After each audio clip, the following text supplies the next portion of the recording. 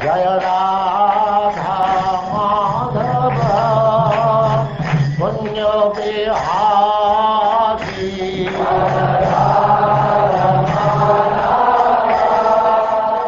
And now, Chapter 90, Summary of Lord Krishna's Glories.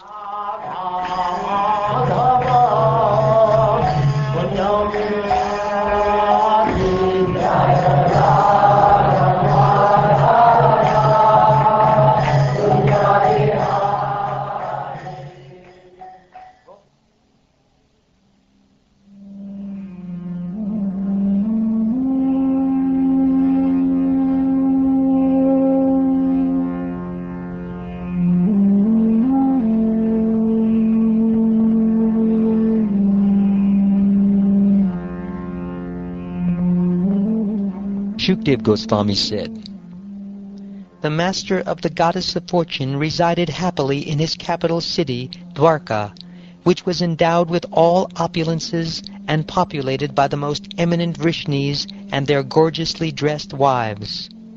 When these beautiful women in the bloom of youth would play on the city's rooftops with balls and other toys, they shone like flashing lightning. The main streets of the city were always crowded with intoxicated elephants exuding madha, and also with cavalry, richly adorned infantrymen, and soldiers riding chariots brilliantly decorated with gold.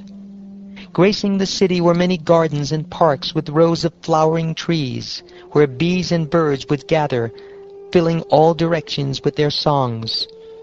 Lord Krishna was the sole beloved of his 16,000 wives.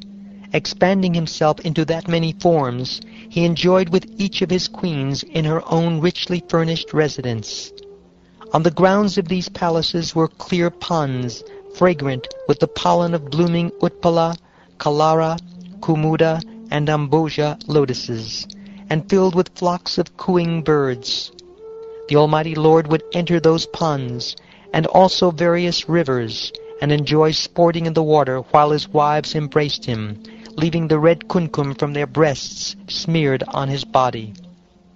As Gandharvas joyfully sang his praises to the accompaniment of mridanga, panava, and anaka drums, and as professional reciters known as sutas, magadas, and bandis played vinas and recited poems praising him, Lord Krishna would play with his wives in the water. Laughing, the queens would squirt water on him with syringes, and he would squirt them back. Thus Krishna would sport with his queens in the same way that the Lord of the Yakshas sports with the Yakshi nymphs. Under the drenched clothing of the queens, their thighs and breasts would become visible. The flowers tied in their large braids would scatter as they sprayed water on their consort, and on the plea of trying to take away his syringe, they would embrace him. By his touch, their lusty feelings would increase, causing their faces to beam with smiles. Thus Lord Krishna's queens shone with resplendent beauty. Lord Krishna's flower garland would become smeared with kumkum from their breasts, and his abundant locks of hair would become disheveled as a result of his absorption in the game. As the Lord repeatedly sprayed his young consorts, and as they sprayed him in turn, he enjoyed himself like the king of elephants, enjoying in the company of his bevy of she-elephants. Afterward, Lord Krishna and his wives would give ornaments and clothing they had worn during their water sports to the male and female performers, who earned their livelihood from singing and from playing instrumental music. In this way, Lord Krishna would sport with his queens, totally captivating their hearts with his gestures, talks, glances, and smiles, and also with his jokes, playful exchanges, and embraces. The queens would become stunned in ecstatic trance, their minds absorbed in Krishna alone. Then, thinking of their lotus-eyed Lord, they would speak as if insane. Please hear these words from me as I relate them. The queen said, "O Karari bird, you are lamenting. Now it is night, and somewhere in this world the Supreme Lord is asleep in a hidden place. But you are wide awake, O friend, unable to fall asleep. Is it that, like us, You have had your heart pierced to the core by the lotus-eyed Lord's munificent, playful, smiling glances. Poor Chakravaki, even after closing your eyes, you continue to cry pitifully through the night for your unseen mate. Or is it that, like us, you have become the servant of Achyuta and hanker to wear in your braided hair the garland he has blessed with the touch of his feet? Dear ocean, you are always roaring, not sleeping at night. Are you suffering from insomnia?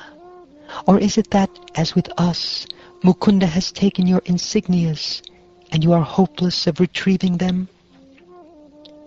My dear moon, having contracted a severe case of tuberculosis, you have become so emaciated that you fail to dispel the darkness with your rays. Or is it that you appear dumbstruck because, like us, you cannot remember the encouraging promises Mukunda once made to you? O Malayan breeze, what have we done to displease you, so that you stir up lust in our hearts, which have already been shattered by Govinda's sidelong glances? O revered cloud, you are indeed very dear to the chief of the Yadavas, who bears the mark of Srivatsa. Like us, you are bound to him by love and are meditating upon him. Your heart is distraught with great eagerness, as our hearts are, and as you remember him again and again, you shed a torrent of tears. Association with Krishna brings such misery. O sweet-throated cuckoo, in a voice that could revive the dead, you are vibrating the same sounds we once heard from our beloved, the most pleasing of speakers. Please tell me what I can do today to please you. O magnanimous mountain, you neither move nor speak. You must be pondering some matter of great importance.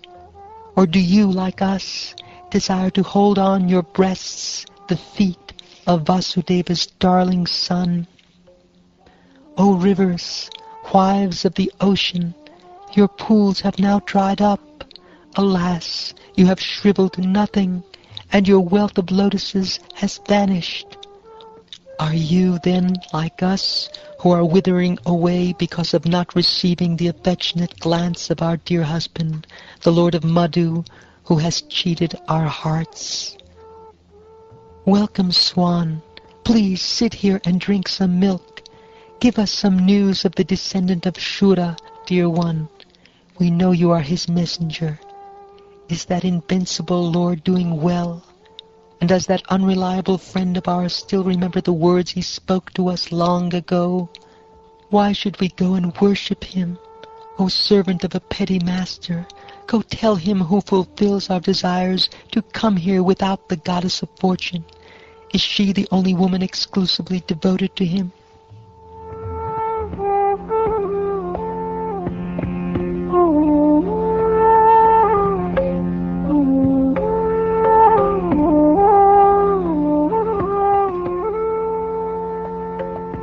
By thus speaking and acting with such ecstatic love for Lord Krishna, the master of all masters of mystic yoga, his loving wives attain the ultimate goal of life.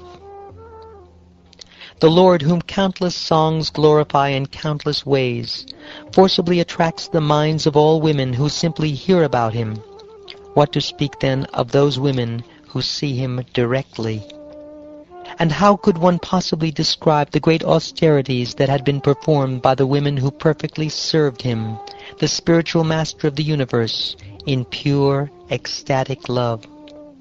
Thinking of him as their husband, they rendered such intimate services as massaging his feet. Thus, observing the principles of duty enunciated in the Vedas, Lord Krishna, the goal of the saintly devotees, repeatedly demonstrated how one can achieve at home the objectives of religiosity, economic development, and regulated sense gratification. While fulfilling the highest standards of religious householder life, Lord Krishna maintained more than 16,100 wives. Among these jewel-like women were 8 principal queens headed by Rukmini, I have already described them one after another, O king, along with their sons. The Supreme Lord Krishna, whose endeavor never fails, begot 10 sons in each of his many wives. Among these sons, all possessing unlimited valor, 18 were Maharatas of great renown.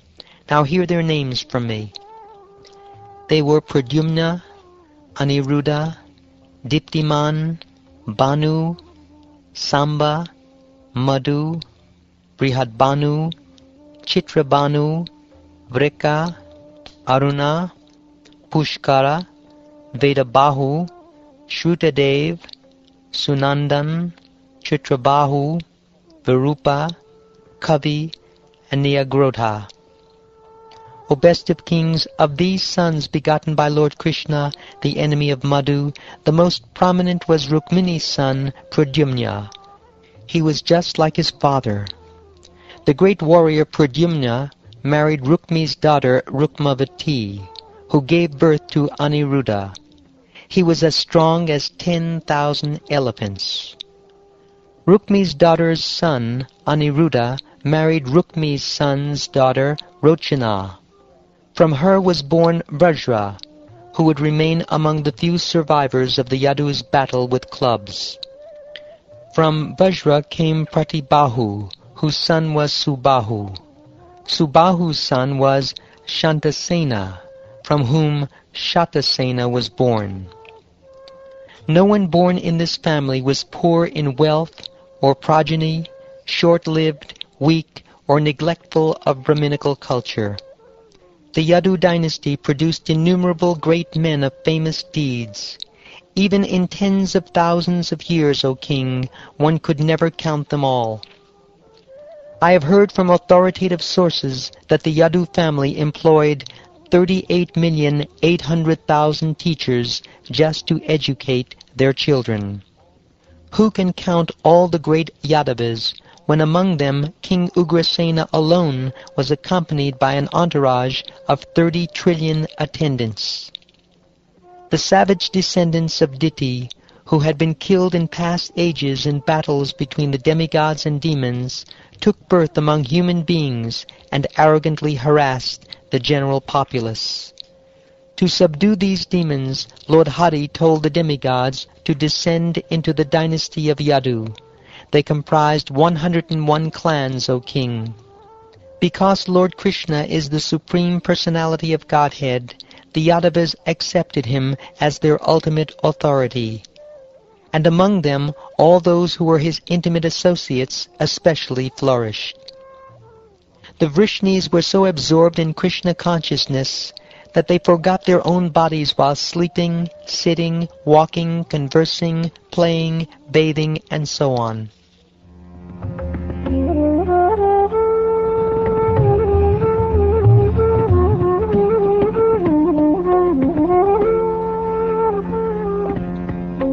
The heavenly Ganges is a holy place of pilgrimage because her waters wash Lord Krishna's feet.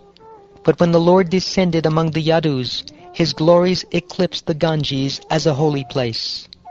Both those who hated Krishna and those who loved him attained eternal forms like his in the spiritual world. The unattainable and supremely self-satisfied goddess of fortune, for the sake of whose favor everyone else struggles, belongs to him alone. His name destroys all inauspiciousness when heard or chanted. He alone has set forth the principles of the various disciplic successions of sages. What wonder is it that he, whose personal weapon is the wheel of time, relieved the burden of the earth? Lord Sri Krishna is he who is known as Jana Nivasa, the ultimate resort of all living entities, and who is also known as Devaki Nandana or Yashoda Nandana, the son of Devaki and Yashoda. He is the guide of the Yadu dynasty, and with his mighty arms he kills everything inauspicious, as well as every man who is impious. By his presence he destroys all things inauspicious for all living entities, moving and inert. His blissful, smiling face always increases the lusty desires of the gopis of Vrindavan. May he be all glorious and happy. To protect the principles of devotional service to himself, Lord Krishna, the best of the Yadus, accepts the pastime forms that have been glorified here in the Srimad Bhagavatam. One who desires to faithfully serve his lotus feet should hear of the activities he performs in each of these incarnations, activities that suitably imitate those of the forms he assumes. Hearing narrations of these pastimes destroys the reactions to fruitive work. By regularly hearing, chanting, and meditating on the beautiful topics of Lord Mukunda with ever-increasing sincerity, our mortal being will attain the divine kingdom of the Lord, where the inviolable power of death holds no sway. For this purpose, many persons, including great kings, abandoned their mundane homes and took to the forest.